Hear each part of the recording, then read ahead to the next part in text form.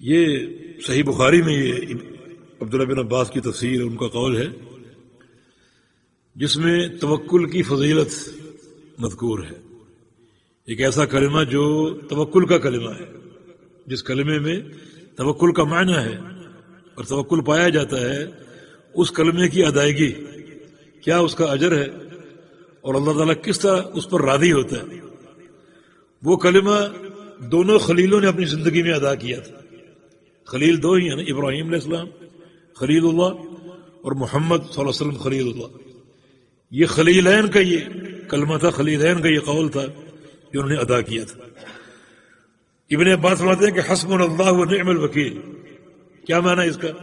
اللہ ہمارے لیے کافی، ہمیں کافی، وہ نعم الوکیل، اور وہ سب سے بہترین کارساز ہے. وہی ہمارا کارساز ہے، وہی ہمیں کافی. اس میں توکل کا معنی ہے کہ ایک شخص عقیدتاً اس حقیقت سے جڑ جائے، منسلک ہو جائے کہ اللہ ہی ہمیں کافی ہے. جس کا تقاضا کیا ہے اسی پر ہم توکل کریں گے، بس اور کسی پر نہیں. یہ کلمہ توکل کا کلمہ ہے، عظیم الشان کلمہ. فرماتے ہیں کہ قولہ ابراہیم علیہ السلام، یہ کلمہ ابراہیم علیہ السلام نے کہا. کب؟ حین القی فی النار، جب ان کو آگ میں ڈالا گیا. جب ان کو آگ میں ڈالا گیا اس وقت کہا تھا. اور پھر آگ کیا ہوگی؟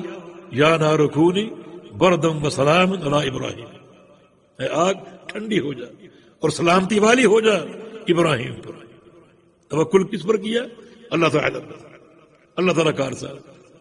بعض روایتوں میں تھا کہ جبریل امین آئے جب وہ ہوا ہی میں تھے اور کہا کہ آپ اشارہ کریں، آپ کی مدد کر دیں، آپ کیا چاہتے ہیں؟ فرمایا کچھ نہیں چاہتا. کیسا توکل اللہ تعالیٰ؟ عملی توکل.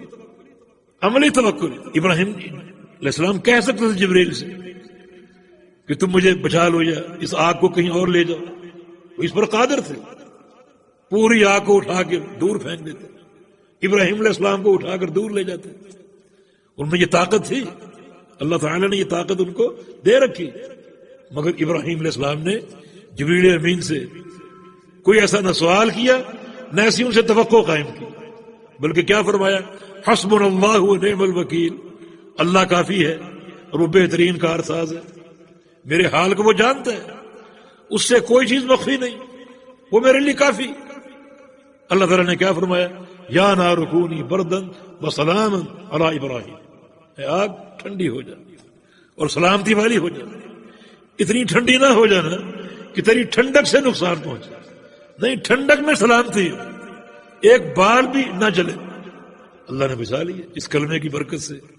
یہ توکل کی فضیلت، توکل کا فائدہ، اللہ نے آگ کو ٹھنڈا کر دیا. اور یہی کلمہ وقالہ محمد صلی اللہ علیہ وسلم، یہی کلمہ محمد رسول اللہ صلی اللہ علیہ وسلم نے ادا کیا تھا اور کہا تھا حین قالوا له ان الناس قد جمعوا لكم فاخشوهم، کہ لوگ اکٹھے ہو کر آ رہے ہیں آپ پر حملے کے لیے، آپ ڈر جائیں آپ. فزادهم ایمانا، مگر وہ ڈرے نہیں بلکہ ان کے ایمان میں اور اضافہ ہو گیا، ان کا ایمان اور بڑھ گیا. اور انہوں نے وہی کہا جو اللہ کے پیغمبر نے کہا، وقالوا حسبنا اللہ و نعم الوکیل، اللہ ہمیں کافی ہے اور وہ سب سے بہترین کارساز ہے. یہاں قصہ یہ ہے کہ جب ابو سفیان اور اس کی جو قوم تھی اہل مکہ، مشرکین مکہ، جب جنگ احد میں شکست کھا کے بھاگے، یہ میدان احد کئی بار پلٹا، مسلمانوں کو فتح ہوئی، پھر کفار نے دوبارہ حملہ کیا، مسلمانوں کو عارضی طور پہ تکلیف کا، زخموں کا اور شہادتوں کا سامنا کرنا پڑا. پھر مسلمان دوبارہ پلٹے اور کفار پر حملہ کیا اور وہ بھاگے میدان چھوڑ کر. بالآخر ان کو شکست خوردہ ہو کر بھاگے. راستے میں ابو سفیان نے دوبارہ فیصلہ کیا کہ ہم نے ان کو کافی زخم پہنچائے ہیں اور کافی ان کی موتیں ہوئی ہیں، تو کیوں نہ ہم دوبارہ پلٹیں، اپنی طاقت کو سمیٹ کر ایک حملہ ان پر اور کریں، ہو سکتا ہے ہم ان کو تباہ کرنے پر کامیاب ہو جائیں.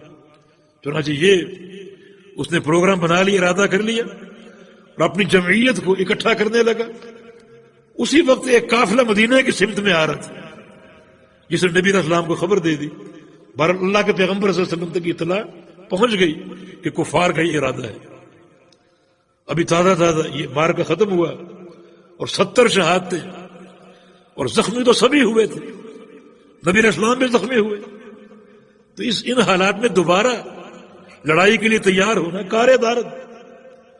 مگر سبحان اللہ، رسول اللہ صلی اللہ علیہ وسلم نے کیا فرمایا، اور صحابہ انہوں نے کیا فرمایا، حسبنا اللہ و نعم الوکیل، آ جاؤ، اللہ ہمیں کافی ہے اور بہترین کارساز، ہم تیار ہیں، دوبارہ آؤ سبارہ آؤ، ہم تیار ہیں، اللہ ہمیں کافی.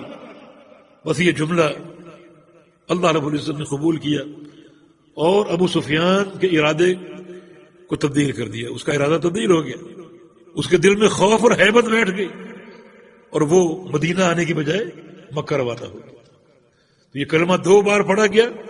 ابراہیم علیہ السلام نے پڑھا تو اللہ تعالیٰ نے آگ ٹھنڈی کر دی اور سلامتی عطا فرما دی، اور محمد الرسول اللہ صلی اللہ علیہ وسلم نے پڑھا تو اللہ تعالیٰ نے دشمنوں کے رخ کو پھیر دیا، اور ایک جو لڑائی کا ایک سبب بن رہا تھا اللہ نے اس کو ٹال دیا اور عافیت جو ہے وہ عطا فرما دی.